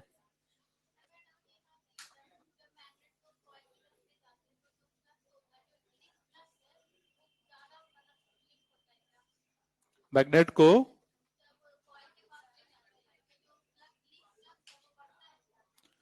बढ़ेगा ना, क्योंकि डिस्टेंस कम हो रहा है, तो मैग्नेट का मैग्नेटिक फील्ड बढ़ता जाएगा पास में जाने पर। इसलिए क्योंकि एरिया तो फिक्स ही है, एरिया फिक्स है, और इसका बी यहाँ बढ़ता जाएगा, क्योंकि जो मैग्नेट होता है, इस मैग्नेट का मैग्नेटिक फील्ड लगातार डिक्रीज होता जा रहा है। यहाँ फील्ड ज्यादा है, यहाँ फील्ड कम है, यहाँ और कम है, और कम। यस, एरिया फिक्स है और फील्ड बढ़ रहा है, फील्ड बढ़ने से फ्लक्स बढ़ रहा है। तो इस तरह से यहां पर अब फाइनली एक रिलेशन लिख सकते हैं हम, E equal to minus D phi upon D T, ये लिख सकते हैं। ये माइनस साइन यहां पर किस वजह से आया है? लेंज लो की वजह से। किस वजह से? लेंज लो की वजह से। अब इस लेंज लो की वजह से आया है, थोड़ा इसको समझे तो यूं कह सकते हैं अपन कि ये माइनस ये इंडिकेट कर रहा है कि फ्लक्स चेंज होने से इस तरह का ईएमएफ आएगा कि उससे जो करंट आएगी वो अपोजिंग नेचर की होगी, ये माइनस साइन बता रहा है। और देखिए, मैंने यहां भी ईएमएफ का नाम नहीं लिया अपोज करने में। मैंने क्या बोला कि इस तरह का ईएमएफ आएगा कि उससे जो करंट आएगी वो अपोजिंग नेचर की होगी, ये कह रहा हूं मैं। तो सही बात ऐसे कहना ज्यादा करेक्ट है। पर अगर ईएमएफ कह भी दिया जाए तो इतना गलत नहीं माना जाएगा वो। कभी कभी ये लैंग्वेज देखने को मिल जाती है कि ईएमएफ का डायरेक्शन क्या है, ये पूछ लेता क्वेश्चन कभी कभी कि मैग्नेट को पास आ रहा है, बताओ what is direction of induce EMF. तो डायरेक्शन ऑफ इंड्यूस में पूछा गया, हमें करंट का डायरेक्शन बताना होता है। जैसे सेम क्वेश्चन देखिए आप कि मैग्नेट को पास ला रहे हैं, क्या कर रहे हैं? मैग्नेट को पास ला रहे हैं, और पूछ रहा है कि what is direction of induce EMF. तो वैसे तो इंड्यूस ईएमएफ का डायरेक्शन नहीं, एक्टिंग सेंस बताया जाता है। पर अगर क्वेश्चन ने पूछ लिया है तो फिर हम उसको वहां पर करंट का डायरेक्शन बता दें कि जो करंट का डायरेक्शन है वास्तव में ईएमएफ की वजह से ही आया है, तो वो ईएमएफ के अकॉर्डिंग करंट का डायरेक्शन कह दिया जाएगा। तो वो जो बात हमारी ये है कि अपोज वाली, तो यूं कहना है कि ओनली ईएमएफ है तो अपोज नहीं होगा, करंट भी है तभी अपोज होता है। इसलिए करंट लैंग्वेज ज्यादा ठीक है कहना। बाकी कोई कह दे कि हाँ ईएमएफ अपोज का तो भी ठीक है, ऑलमोस्ट मान लेंगे, बाकी करंट कहना ज्यादा सही है। तो E equal to minus D phi upon D T लिखिए। स्पेशल पॉइंट्स,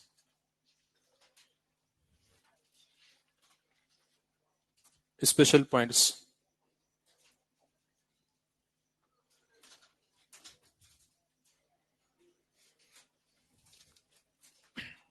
स्पेशल पॉइंट जो लिखने वाले हैं उसमें फेराडे के लिए भी लिखने वाले हैं और लेंज लो के भी दोनों लो के लिए हम कुछ पॉइंट लिखने वाले हैं। लिखिए फर्स्ट पॉइंट में, first law Faraday indicates, first law Faraday indicates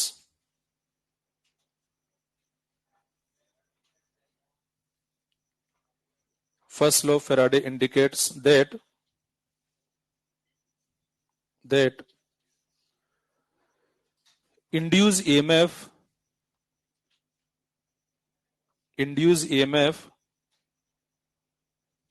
in coil, bracket में लिखें due to time varying magnetic field, bracket में लिखें due to time varying magnetic field.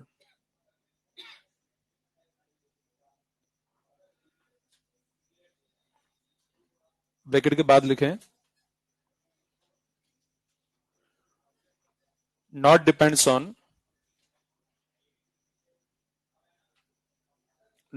on nature of material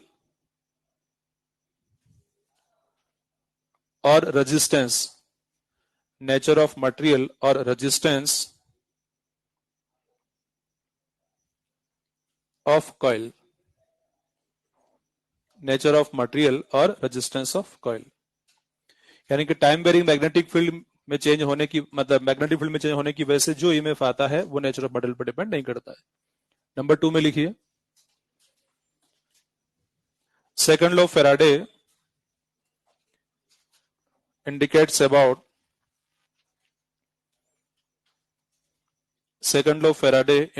about magnitude of induced EMF in coil, magnitude of induced EMF in coil।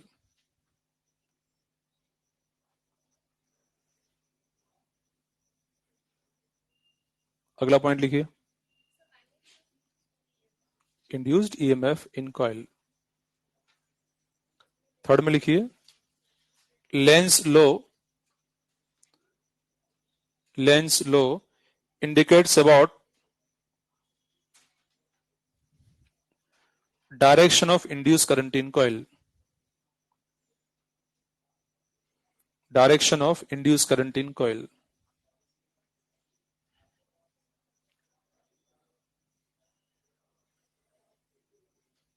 अगला लिखिए fourth point Lenz law is based on energy conservation।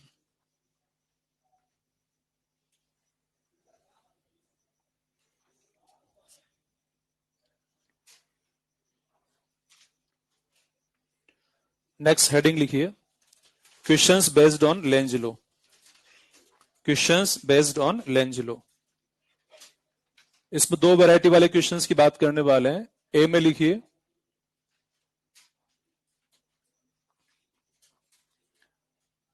When plane of coil, 2 variety की बात करेंगे। First variety में लिखिए when plane of coil is perpendicular to plane of paper,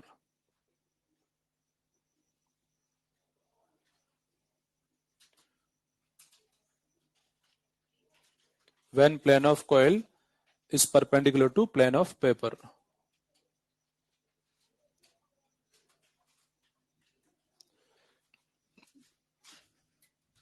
यानी coil का plane of paper या बोर्ड के plane के परपेंडिकुलर है और ये इस तरह से मैंने डायग्राम बना दिया है।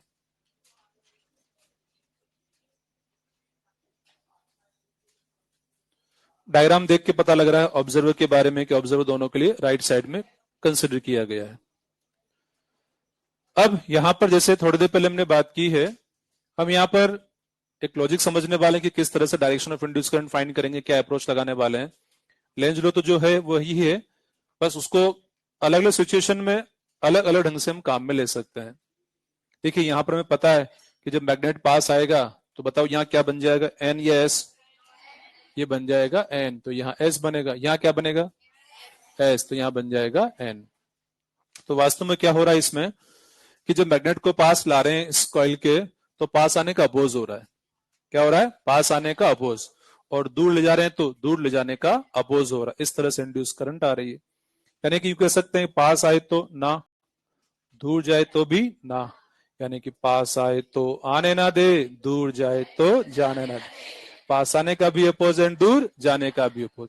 इस तरह से इंड्यूस करंट का डायरेक्शन है ये।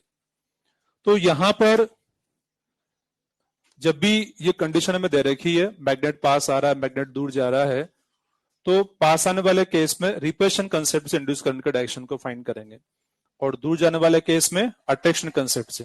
मतलब जैसे ये मैग्नेट है और ये कॉइल है, इससे ये मैग्नेट पास आ रहा है, तो इसमें इंड्यूस करंट किस लॉजिक से आ रहा है?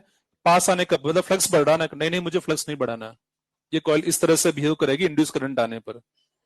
तो ऐसा कब होगा? रिपल्शन से होगा ऐसा। तो जैसे ये मैग्नेट को दूर ले जा रहे हैं, नहीं नहीं नहीं, फ्लक्स नहीं घटाना, तो वो पास आएगी, मतलब अट्रैक्शन कंसेप्ट की बातें कर पा रहे हैं।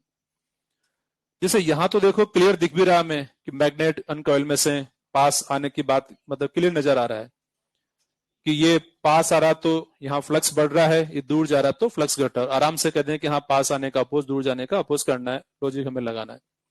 कभी कभी ऐसा भी होता है कि कोई किसी के पास या दूर आता जाता नजर नहीं आता, लेकिन फिर भी फ्लक्स में चेंज हो जाता। कैसे? जैसे यहां पर तो मैग्नेट है ना, करंट कैरिंग कॉइल लिया जाए इसकी जगह। क्या लिया जाए? करंट कैरिंग कॉइल, यानी कि मैग्नेटिक डाइपोल ले लिया जाए, जो करंट कैरिंग कॉइल की फॉर्म में। तो बताइए, करंट कैरिंग कॉइल को यहाँ रेस्ट में रखा जाए तो क्या उसकी वजह से यहाँ फ्लक्स बढ़ा सकते हैं क्या? कैसे बढ़ा सकते हैं? करंट को बढ़ा करके। अगर उसमें मतलब किसी को मूव नहीं कर रहे, यहाँ करंट कैरिंग कॉइल है और यहाँ पे सिंपल ये कॉइल है, इस कॉइल में करंट को इंक्रीज किया जाए तो इसका फ्लक्स बढ़ जाएगा। यहाँ पर दूसरी कॉइल यहाँ लिया, उसमें करंट को डिक्रीज किया जाए तो फ्लक्स डिक्रीज हो जाएगा। तो जैसे ही यहाँ करंट को बढ़ाएंगे तो यहाँ फ्लक्स बढ़ेगा, तो इसको वही फील होगा जैसे कि मैग्नेट पास आने पे फील हो रहा था, यानी कि फ्लक्स बढ़ने वाला केस हो रहा है। दूर ले जाने वाला केस हो या यहाँ जो कॉइल लिया जाए करंट कैरिंग कॉइल, उसमें करंट को हम घटाएंगे तो इसको ऐसा ही फील होगा जैसे कि दूर जा रहा मैग्नेट। तो यानी कि यूं कहना चाहते हैं हम कि पास आने वाला केस हो या फ्लक्स बढ़ने वाला केस हो कॉइल के लिए, तो दोनों को एक ही तरह से सोल्व करना। कैसे? रिपल्शन कंसेप्ट से। पास दूर जाने वाला केस हो या फ्लक्स घटने वाला केस हो, दोनों को एक ही तरह सोल्व करना। कैसे? अट्रैक्शन कंसेप्ट से। तो यहां पर लिख भी देता हूं इस बात को मैं, पास आने पर, क्या होने पर? पास आने पर और फ्लक्स बढ़ने पर, दोनों ही सिचुएशन एक जैसी है और दोनों को सोल्व करने का तरीका एक ही रहेगा, पास आने पर एंड फ्लक्स बढ़ने पर। हमें क्या यूज करना? Concept use repulsion, use repulsion for direction of I induced, ये कहना चाहते हैं। सबको आ रही बात समझ में? अभी क्वेश्चंस में अप्लाई करेंगे फिर इसको अपन। यहां बात कर रहे हैं दूर जाने की, दूर जाने पर और फ्लक्स डिक्रीज होने पर क्या कंसेप्ट लगाना है? Use attraction for direction of I induced. तो आई इंड्यूस के लिए अट्रैक्शन कंसेप्ट हमें लगाना है। देखते हैं कुछ क्वेश्चंस में अप्लाई करके।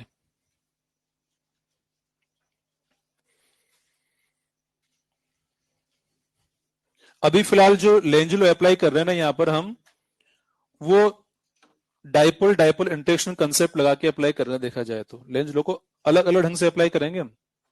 आज क्या, ये डाइपोल है तो ये भी डाइपोल बन रहा है, यानी कि डाइपोल का अपोज डाइपोल से होगा। आज एक दिन ऐसा होगा मैग्नेटिक फील्ड का अपोज मैग्नेटिक फील्ड से होगा, और एक दिन करंट का अपोज करंट से होगा। तो इस तरह से अलग अलग ढंग से लेंज लॉ हम काम में लेंगे। आज डाइपोल का अपोज डाइपोल वाला सिचुएशन चल रहा है। देखिए क्वेश्चंस पर आते हैं।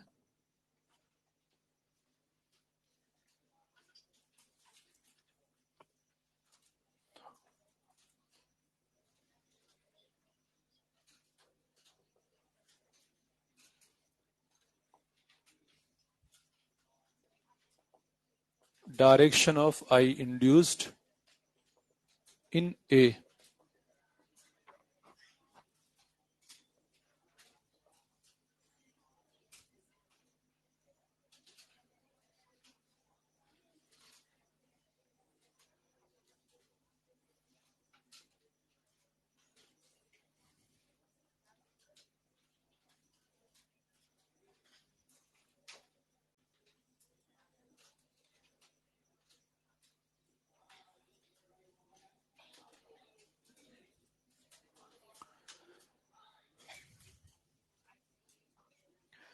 अब हम जो डायग्राम बनाने वाले हैं उनमें एक बात हम भी ध्यान रखें, आप भी ध्यान रखें, गिवन इन्फॉर्मेशन को वन कलर से बना रहे हैं।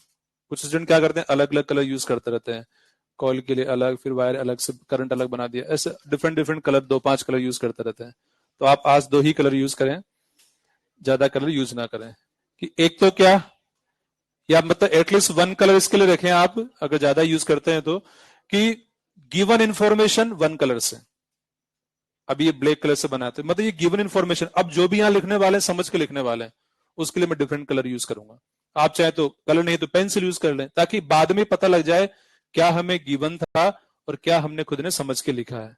ठीक है, इतना सा डिफरेंस मेंटेन हो जाए, बस इसके लिए हम ये बात कर रहे हैं। तो ये गिवन इंफॉर्मेशन है। क्वेश्चन समझ में आ रहा है सबको? कि 2 कॉइल हैं, एक में करंट है, एक में करंट नहीं है, एक को दूर ले जा रहे हैं, इसमें डायरेक्शन ऑफ इंड्यूस करंट हमें फाइंड करना है। बताइए क्या आएगा, क्लॉकवाइज या एंटी क्लॉकवाइज? Anti clockwise. कितनों का आंसर एंटी क्लॉकवाइज, जरा हाथ उठाएं। बाकी का कोई आंसर नहीं है अभी, अभी सोल्व नहीं किया, तो ये हो सकता है कोशिश ही नहीं किया सोल्व करने का। डायग्राम जब बनाए तो ये ध्यान रखें कि ऑब्जर्वर किधर की ओर है, तो ये ऑब्जर्वर दोनों के लिए किधर की ओर है, राइट साइड। किधर ऑब्जर्वर है, राइट साइड। पता लग रहा है सबको? इधर खाली स्पेस छोड़ा हुआ यहाँ पर, ये तो जिधर से लाइन आती हुई सेंटर तक आती नजर आती, उधर की ओर ऑब्जर्वर लिया जाता है। चाहे तो यहां बना के भी दे सकते हैं। तो यहां पर करंट फ्लो हो रही है। अब देखिए इस करंट के अकॉर्डिंग हमें एन पोल एस पोल का पता करना है। तो करंट यहां पर जो फ्लो हो रही है कौन सी वाइज है, एंटी क्लॉकवाइज। तो एंटी क्लॉकवाइज है तो क्या बनेगा, ये एन बनेगा तो ये एस बनेगा। ठीक है, इसी तरह से बनाना आपको भी एन पोल एस पोल। जो तरीका मैं बता रहा हूं उसको आप ध्यान से देख लें, मुझे पता है कि आपको फाइंड करना आता है। एक तरीका जो मैं बता रहा हूं वो आप ध्यान समझ लीजिए, क्योंकि एक कंडीशन ऐसी भी आ सकती है कि आप कितने तरीके लगा लोगे सब फेल हो जाएंगे।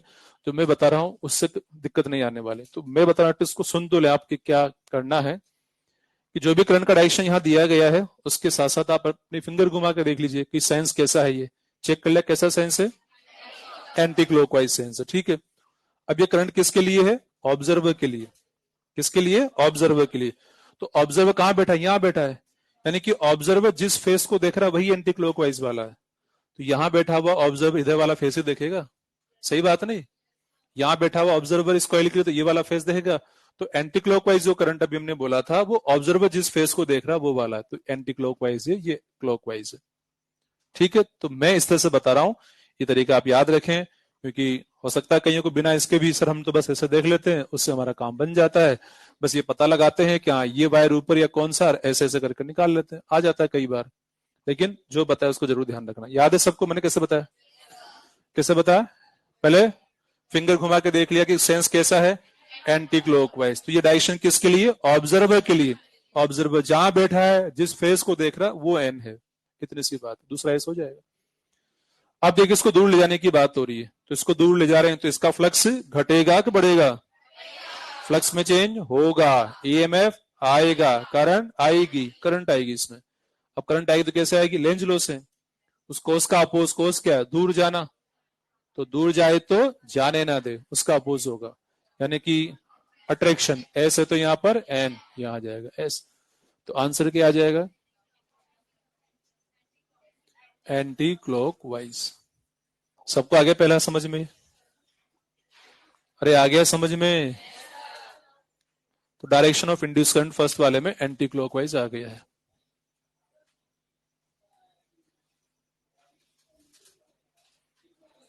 सेकंड में आंसर बताइए। अच्छा ये एरो जो बता रखा है ये क्या इंडिकेट कर रहा है, करंट को इंक्रीज किया जाए, यानी कि एक्शन एजेंट को ये काम कर रहा है कि इस कॉइल में करंट को बढ़ाया जा रहा है। तो करंट को बढ़ाने पर इसमें इंड्यूस करंट का क्या होगा ये हमें समझना है। ठीक है, तो यहां पर देखिए आई है, आई से बनेगा बी एंड देन बी से बनेगा फाई।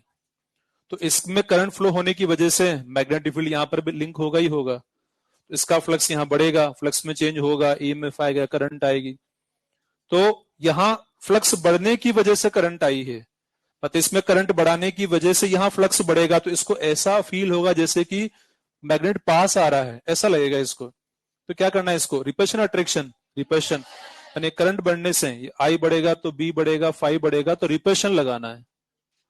क्या लगाना है? रिपल्शन लगाना है। लेकिन पहले एन पोल एस पोल तो पता करें। सेम वही करंट का डायरेक्शन एंटी क्लॉकवाइज, तो ये एन है तो ये एस है, और इसमें करंट के डायरेक्शन की बात करें तो एस है तो यहां पर एस, यहां पर एन। तो आंसर क्या आ जाएगा? क्लॉकवाइज। आ रही बात समझ में? क्योंकि इस करंट की, इस कॉइल की वजह से यहां फील्ड, दोनों का अरेंजमेंट कोएक्सियल है। ये कोएक्सियल होने पर फ्लक्स लिंक हो जाता अच्छा खासा। इसमें करंट फ्लो जब हम कर रहे हैं तो मैग्नेटिक फील्ड प्रोड्यूस कर रही है कॉइल, एन पोल एस पर डाइपोल की तरह बिहेव कर रहा है। तो इस कॉइल की वजह से मैग्नेटिक फील्ड आसपास सब जगह होगा नहीं होगा? इस कॉइल की वजह से क्या यहां फील्ड नहीं होगा? क्या क्या यहां फील्ड नहीं होगा? क्या इसका फील्ड यहां नहीं है? इसका फील्ड तो यहां भी होगा, यहां भी होगा, यहां भी होगा, यहां। अब तो क्या होगा? इसका फील्ड होगा, तो आसपास सब जगह इसका फील्ड है, तो हर जगह फील्ड है, तो उसमें से ये कोएक्सियल अरेंजमेंट होने की वजह से फ्लक्स लिंक हो पा रहा है, और फिर करंट बढ़ाने से फ्लक्स बढ़ गया। तो रिपल्शन कंसेप्ट से सॉल्व करना था। एक और क्वेश्चन पर आते हैं।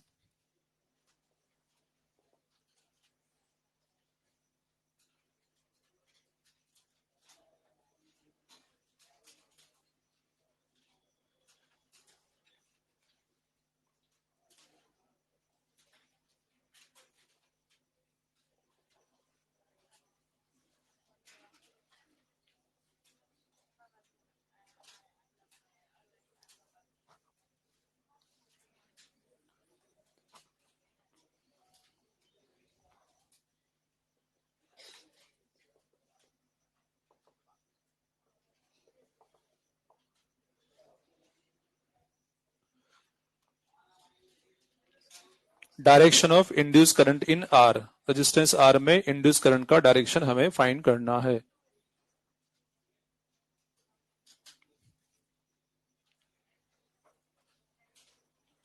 एल टू एन, ये एन टू एल। मैग्नेट को पास लाने की बात की जा रही, तो पहले तो ये जो गिवन है उसको मैंने ब्लैक कलर से बना दिया। नाउ कलर चेंज, तो डिफरेंट कलर यूज करेंगे जो समझ के यहां लिखने वाले हैं उसके लिए। देखिए एन एस मतलब एक मैग्नेटिक डाइपोल है ये, ठीक है। इसको पास लाने की बात कर रहे हैं, तो इस मैग्नेट की वजह से इस सोलेनोइड से पासिंग मैग्नेटिक फ्लक्स इंक्रीज होगा, होगा ना? क्योंकि पास आ रहा है तो डिस्टेंस कम हो रहा है, मतलब बी बढ़ेगा, बी बढ़ेगा तो फ्लक्स बढ़ेगा, फ्लक्स में चेंज होगा, ईएमएफ आएगा, करंट इसमें आएगी। तो यहां पर ये सोलोनाइड फिर करंट कैरिंग सोलोनाइड बन जाएगा, और करंट कैरिंग सोलोनाइड जब बनेगा तो मैग्नेट के पास आने का अपोज हो इस तरह से बनेगा। तो यहां पर ये एन है ना, तो यहां क्या बन जाएगा? एन, यहां बनेगा एस, इस तरह से बनेगा। तो ये करंट कैरिंग सोलोनाइड इस तरह से हैं ताकि एक एन और दूसरा एस है। अब एन और एस की यहां पर जब हम बात कर रहे हैं तो करंट का डायरेक्शन फाइंड करना चाहते हैं। तो करंट का डायरेक्शन पता लगाइए आपकी क्या होना चाहिए। इन सामने वाले वो जो वायर्स हैं इनमें करंट नीचे जाएगी ऊपर जाएगी? जैसे सपोज ये सोलोनाइड हमारे पास है, हमने एक बार स्टडी किया था Maxwell's right hand solenoid rule, Maxwell's right hand solenoid rule. उसमें करंट हमें गिवन था, हमने पोलैरिटी को फाइंड किया था, और वहां क्या कहा था कि करंट के डायरेक्शन में फिंगर्स को जब रखेंगे तो थंब एन पोल को बताएगा। यहाँ एन पोल पता है हमें, करंट का डायरेक्शन फाइंड करना है, तो एन पोल की तरफ थंब रखेंगे, तो इस सोलोनाइड को पकड़ने के लिए जब हम फिंगर्स को रखेंगे, कर्ल करेंगे, तो ये करंट के डायरेक्शन को इंडिकेट करेगी। तो ये थंब एन की तरफ रखा है और करंट ऐसे जाएगी इन फ्रंट वाले जो टर्न्स इनमें। आ रही बात सबको समझ? तो इस तरह से हम यहां पर कह सकते हैं कि ये करंट का डायरेक्शन इस तरह से इन टर्न्स में। अब करंट जब इस तरह से है तो ये वाली जो करंट है ये डायरेक्ट नीचे आ रही सीधी सीधी, ये करंट नीचे आएगी, ये वाली नहीं आएगी नीचे, ये करंट नीचे जा रही सीधी। तो इस तरह से एल टू एन, या फिर एंटी क्लॉकवाइज भी कहा जा सकता है इसको। एल टू एन भी सही है, एंटी क्लॉकवाइज भी करेक्ट है। तो इन तीनों क्वेश्चन में जरा सा भी कहीं डाउट अगर आपको लगता है तो आप अभी बताएं। बताने का सबसे बेस्ट मोमेंट यही है, अभी बता सकते हैं आप। ठीक है, अभी क्वेश्चन यही है, आप भी यही है, हम भी यही है। अभी बताइए आप, जरा सा भी डाउट किसी में इन तीनों में से? अच्छा, एक बात और ध्यान रखना, ये जो क्वेश्चन इंड्यूस करंट वाले हैं, लेंजलो वाले हैं, इनमें लेंजलो हमने सीख लिया है, कंसेप्ट को जान लिया है, अभी मन में आ गया, ऐसा ठान भी लिया आपने, लेकिन बाद में भूल जाते हैं कई स्टूडेंट कि ये आंसर कैसे निकाला था, भूल ही एकदम माइंड से बिल्कुल गायब हो जाता है कुछ के साथ, कि कुछ याद ही नहीं आ रहा कि ये कहां से आ गया। तो एक आध क्वेश्चन में आप वो जो प्रोसेस अभी माइंड में चल रहा है, समझ के जो आपने आंसर नहीं, वो आप एक आध के लिख सकते हैं, आगे पहले ऐसा हुआ, मैग्नेट पास आया, फ्लक्स बढ़ा, चेंज हुआ, एक आध में, सब में जरूरत नहीं लिखने की, तो एक आध पढ़ेंगे तो पता लग जाएगा फिर वो। अदरवाइज पता लगा 1 महीने बाद जब दोबारा देख रहे हैं तो कुछ भी याद नहीं आ रहा, फिर क्या करेंगे आप?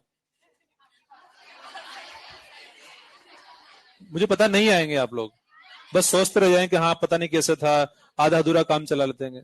तो इसलिए अच्छा है कि वो नौबत ही ना आए कि ऐसी दिक्कत आए कि अपन अटके रहे इसके लिए। तो एक आध क्वेश्चन में जो प्रोसेस यहाँ पर काम आया है वो लिख सकते हैं, और ऐसे कई सारे क्वेश्चन की बात करते जाएंगे अपन, और वो समझ के आप खुद को भी लिखना अपनी लैंग्वेज में। तो ये आ गया सबको समझ में? एक और क्वेश्चन की बात कर लेते हैं।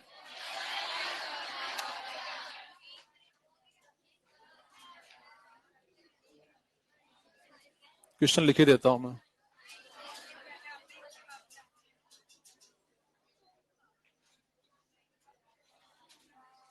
और लिख दिया तो फिर सोल्व भी हो ही जाएगा।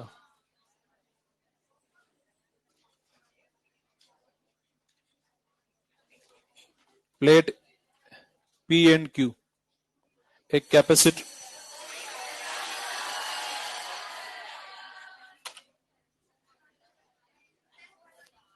अच्छा होमवर्क की बात है, तो एक तो बिगनर बॉक्स नंबर जो 1 है वो तो आपको पूरा करना ही है, कर लिया होगा आपने।